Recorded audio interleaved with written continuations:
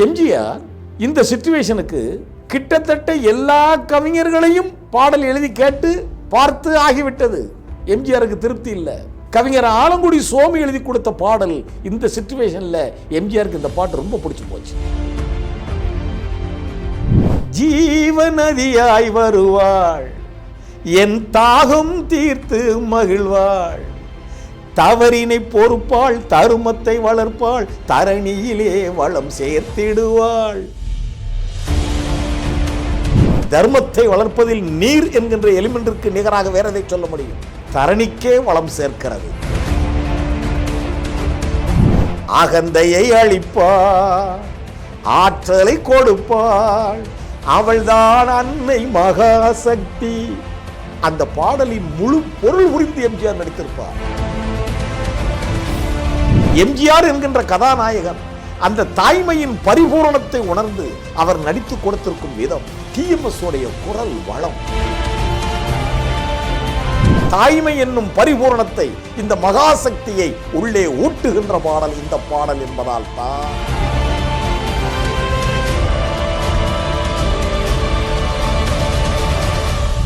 இன்னைக்கு மிக உயர்ந்த பாடல் ஒன்று. அடிமைப்பெண் படத்தில் தாயில்லாமல் நான் இல்லை அந்த பாட்டு. இந்த பாட்டை பற்றிய மிக உயர்ந்த கருத்தை நாம் பருகவிருக்கிறோம். திரை இசைத்தலகம் கேவி மகாதேவன் அவர்தான் இசை மெட்டு. ஆலங்குடி சோமு அவர் பாடலாசிரியர். டிஎம் சௌந்தரராஜன் அந்த தாய்மை குரலோன்.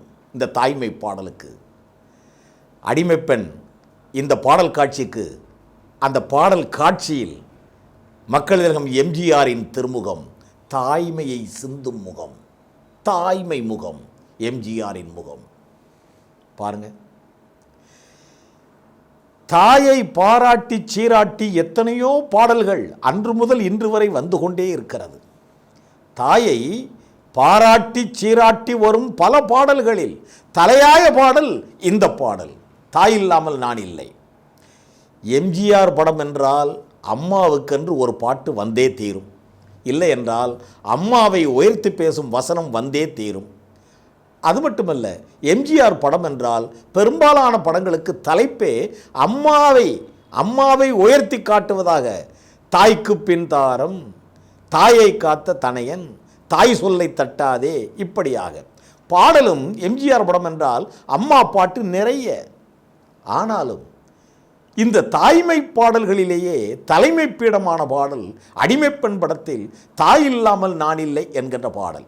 ஏன் அப்படி என்று சற்று அந்த பாடலின் உட்கருத்தை நாம் நன்றாக ஆராய்ந்து பார்த்தால், துருவி பார்த்தால் எத்தனை உண்மை புலனாகிறது. தாயில்லாமல் நான் இல்லை என்கின்ற பாடலில் எம்ஜிஆர் தன்னை பெற்ற தாயை நினைத்து உயர்த்தி பாடுகிறாரா? அன்னை சத்யபாமாவை? இல்லை. அந்த படத்தில் அம்மாவாக நடித்தாரே அந்த அம்மா கதாபாத்திரம் பண்டரிபாய், அவரையா? இல்லை என்றால் தாய்மைக்கெல்லாம் தாய்மையாய் விளங்கும் இயற்கை, 5 எலிமெண்ட்ஸ், நீர், நிலம், காற்று, ஆகாயம், நெருப்பு, இந்த இயற்கையை எம்ஜிஆர் தாய் என்கிறாரா? இந்த பாடலை நன்றாக ஊன்றி கவனித்து பார்த்தால், கேட்டால் தாய்மையை பற்றிய பலவிதமான கருத்துக்கள் வந்து கொண்டே இருக்கும்.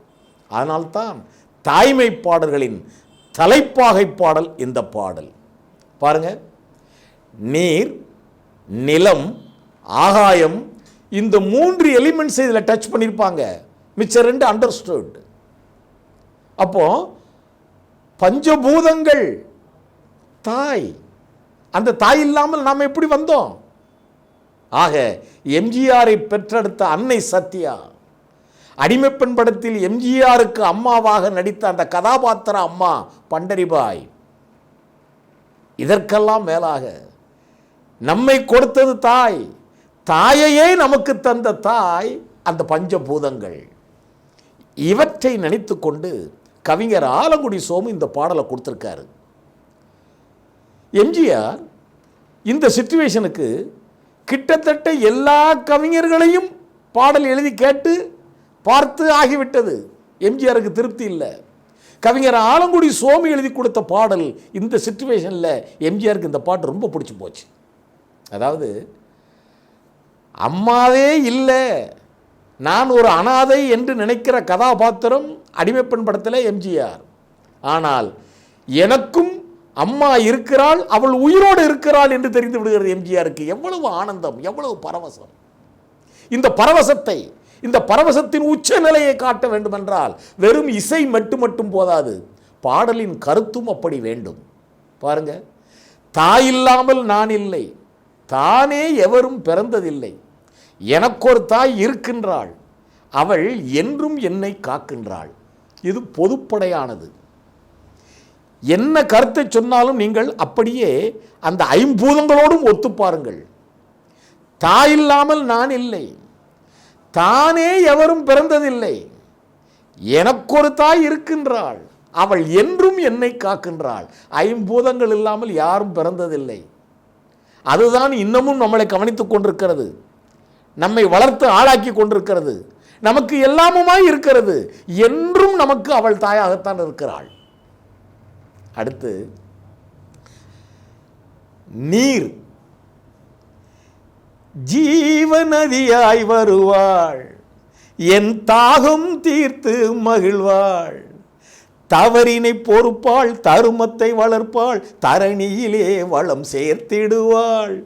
அந்த நீர் என்கின்ற பூதத்தை, அந்த எலிமெண்ட்டை தாயாக்கி, தன்னுடைய தாயாக்கி, நமக்கெல்லாம் தாயாக்கி என்ன அழகாக பாடலை தொடுத்திருக்கிறார்.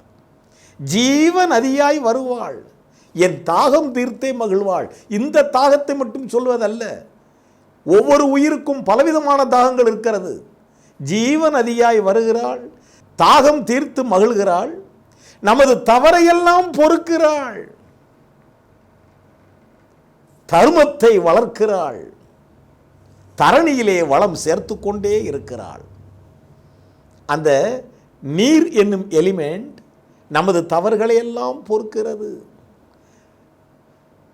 ஒவ்வொரு கடலுக்குள்ளும் நாம் உள்ளே சேர்த்து வைக்கிறோமே எத்தனை கழிவுகள், இப்படி எத்தனை உதாரணங்கள்.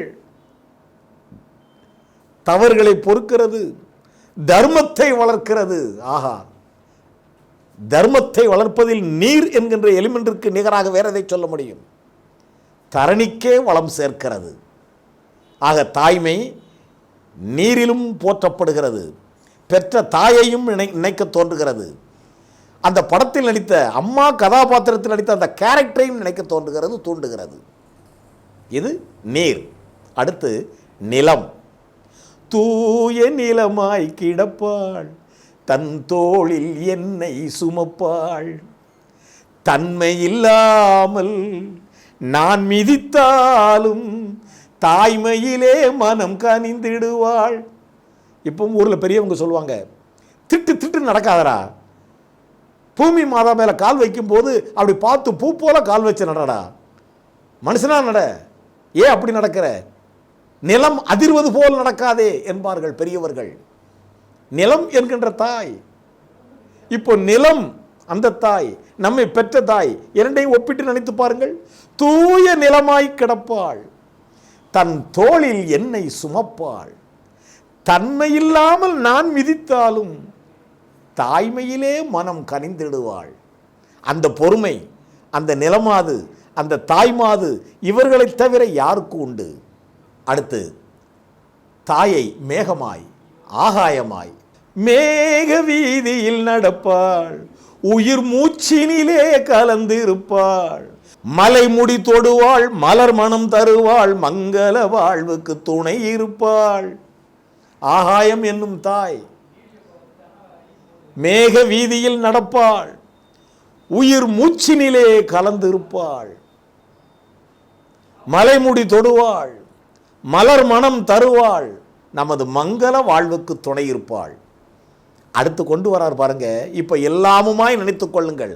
நீர், நிலம், காற்று, ஆகாயம், நெருப்பு எல்லாவற்றையும் உள்ளடக்கி வாருங்கள். ஆதி அந்தமும் அவள்தான், என்னை ஆளும் நீதியும் அவள்தான், அகந்தையை அழிப்பாள், ஆற்றலை கொடுப்பாள், அவள்தான் அன்னை மகாசக்தி, அந்த பாடலின் முழு பொருள் புரிந்து எம்ஜிஆர் நடித்திருப்பார். இத்தனையையும் உள்வாங்கி தாய்மை என்று சொல்லக்கூடிய அந்த இயற்கையெல்லாம் நினைத்து, தன் தாயையும் நினைத்து, எம்ஜிஆர் அந்த தாய்மையை நினைத்து பூரிக்கின்ற விதம், அவர் அந்த பாட்டு முடியும் போது இந்த கையை ரெண்டு தலையில கைத்தலம் மேல் வைத்து வணங்குவாரே, அந்த பாடல் அடிமைப்பெண் படத்தில் மிகச் சரியான இடத்தில் பொருத்தியிருப்பார்கள்.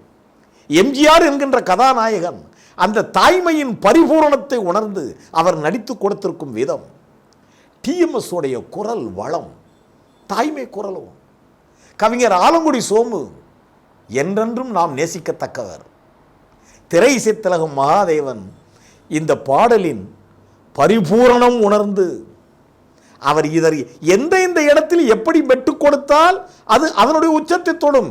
பாட்டு தொடங்கும் போது தாயில்லாமல் நான் இல்லை மெட்டு அப்படி போகும். அடுத்து ஜீவநதியாய் வருவாள் மெட்டு இப்படி போகும். அடுத்து தூய நிலமாய் கிடப்பாள் மெட்டு அப்படி போகும். அதுக்கடுத்து மேக வீதியில் நடப்பாள் அது அப்படி போகும்.